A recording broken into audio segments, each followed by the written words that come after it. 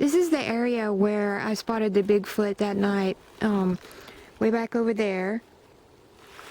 And we believe that he's bedding down somewhere in this tall grass. So we're out here shooting some day footage so you can get a good look at where he was, where we think he's gonna be, and then we'll come out here tonight with our Bigfoot expert, Mary Beth Gump, to prove our theory on the Bigfoot sightings that she has seen.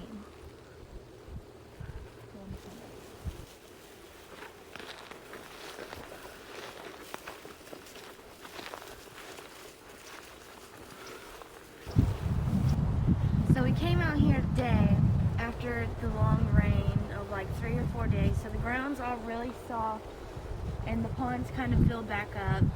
And we came out here and we were looking in the ground, we were thinking maybe there'll be a footprint. And it just so happened that there is. And so we found this footprint. Here's the foot and the toes. They curve just the right way for a Sasquatch. Now, the way to test to make sure this is accurate is to place $1 on it. See, this is much, much larger, a good whole hand larger than the dollar is, and width-wise, it's the perfect width to be a Bigfoot. So we do believe that there's one out here. We have seen brush beat down where it's possible that it's bedding, that it sleeps at night, that it crouches down and searches for prey or something like that. So we're gonna come out here later, like I said earlier, and we're gonna kind of camp out and watch for it, go to where it's been known to bed and look for it, and in hopes that we find Sasquatch tonight. You can see this is the area here. Can you see down the utility pole line right there? This would make for easy travel to move around quickly for the Bigfoot along the path of this utility line. And right up there on the hill, that's where I was when the Bigfoot threw the rocks at me.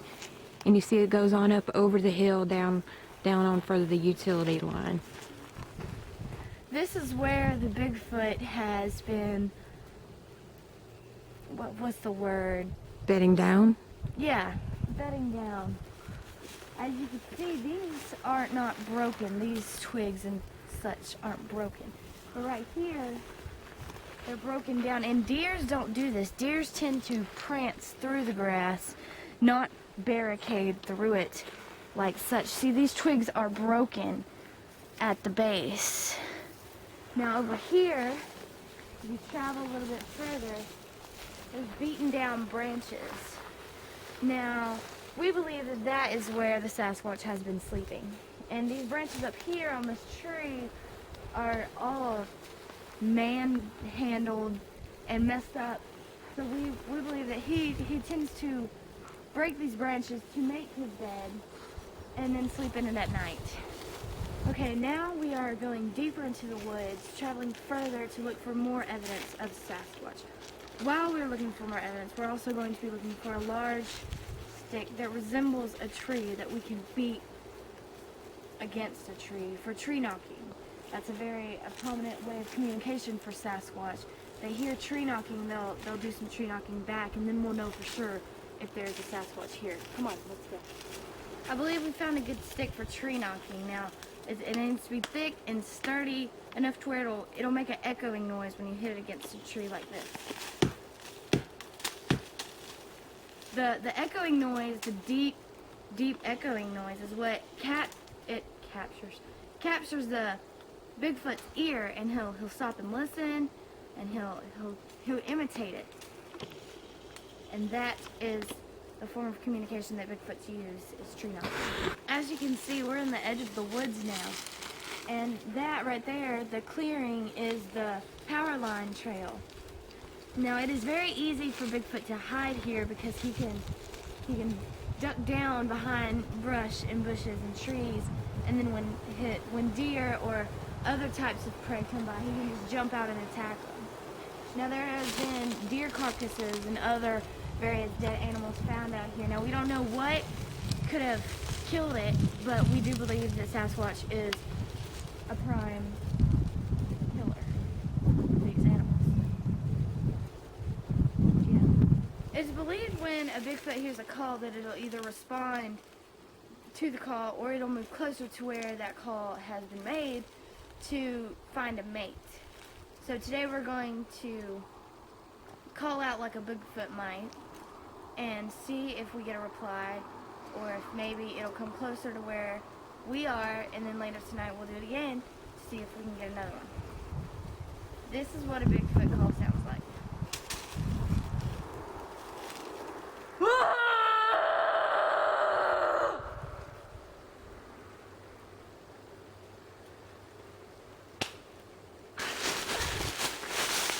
Just a minute ago when I did the call, we heard a response. It's very, very rare to hear a response during broad daylight from a Bigfoot. So I'm going to do the call again, and we're going to sit here and we're going to listen. We're going to let the camera run, and maybe, just maybe, we can catch another response on video.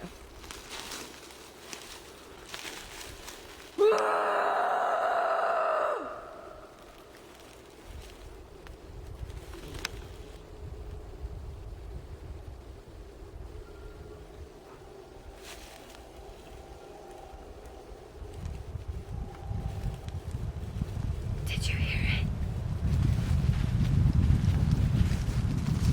Did you hear that? Yes, I heard it. I heard something. Call again.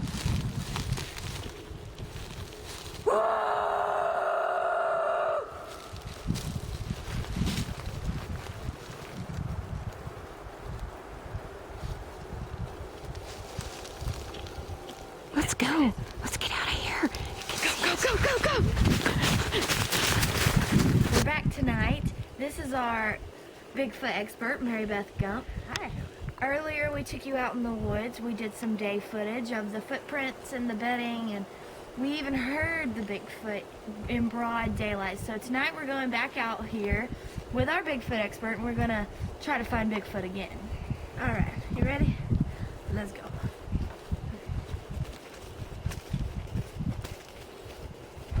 Okay, so we're standing where what possibly could be a bedding of Bigfoot, where he may have put up a wall to shield whatever he lays or gives birth to, or whatever he does. He does it right here behind this wall. Yeah, there's a big wall, so you know they're obviously It protects him, shields him. He can easily guard himself from whatever may come. He can hear it before it gets to him. hence the wooding area. I think everybody knows that this could be a Sasquatch bedding, so I don't think anybody would intentionally go around it. Back here, This is an example of what he could do to trees. You know, you just pick them up and break them. You know, use them for anything. His claw marks right in there. It picks it up. He digs in right here. Yeah. Dug into with his fingers. Yeah, and then picks it up. You just pick it up right there. You know, off that. further in the woods, Where he could have knocked down trees. Where he's knocked down trees, you know, where he stepped on them. Obviously broke that in half. And where he's taken other trees and broken them to make like a sheltered area right in here. Can you see it? Can you see that? The broken trees and such. Yeah, in this area. Okay. That's our findings so far. Let's see what else we Later in can the woods. find. Okay, so we were knocking and to see if we could hear any tree sounds, and we heard one. We're gonna respond to it, and we're gonna do 3 knocks and see if it can respond.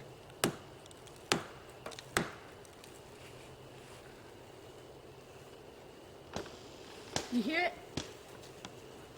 Sounds like something was stepped on too. Okay, well, we're gonna go and we're gonna try to follow the sound a little bit. We're gonna inch closer to it and see if we can see what it is. Let's go. So we're out here, and we've been sitting here for a while. We've just been listening and studying and looking through the night vision goggles. And we believe we saw something off in that general area over And there. it was more off in the distance. We've seen tree marks over that way. And we've seen tree marks, we've heard knocking. There's coyotes. They say if you hear coyotes, There must be a Bigfoot close. there must be somewhere around there because they're always around Bigfoot. Okay, so now we have heard knocking, and we've heard other noises. Did you hear that? Twigs breaking. Did you hear that? Yeah. I heard something. And yeah, I heard it too. Yeah. And then okay, so and it says that if you hear a Bigfoot, it says to be calm.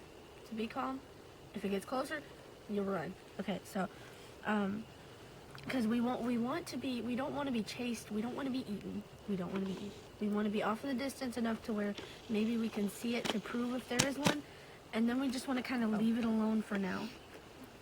We don't want to kill it, but we don't want to be eaten. So, okay. And do some calls. Yeah.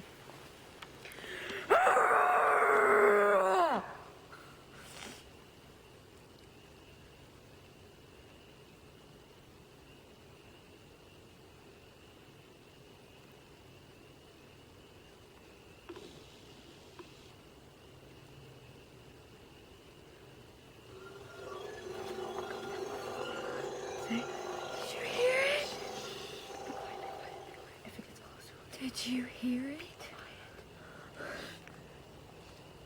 Oh, we have to be quiet. If it comes closer, then we'll run.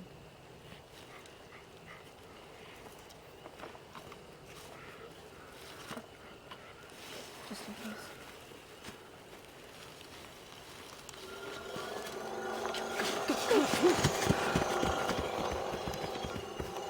Okay, so we've definitely heard things. We've definitely seen marks, and we've definitely seen. We thought we seen some stuff. So We believe that there's definitely a Sasquatch out here. yeah, but it got really close. And so we're a gonna little turn freaked in- out. Yeah, So I think we're gonna turn in for the night. There it is. There it is.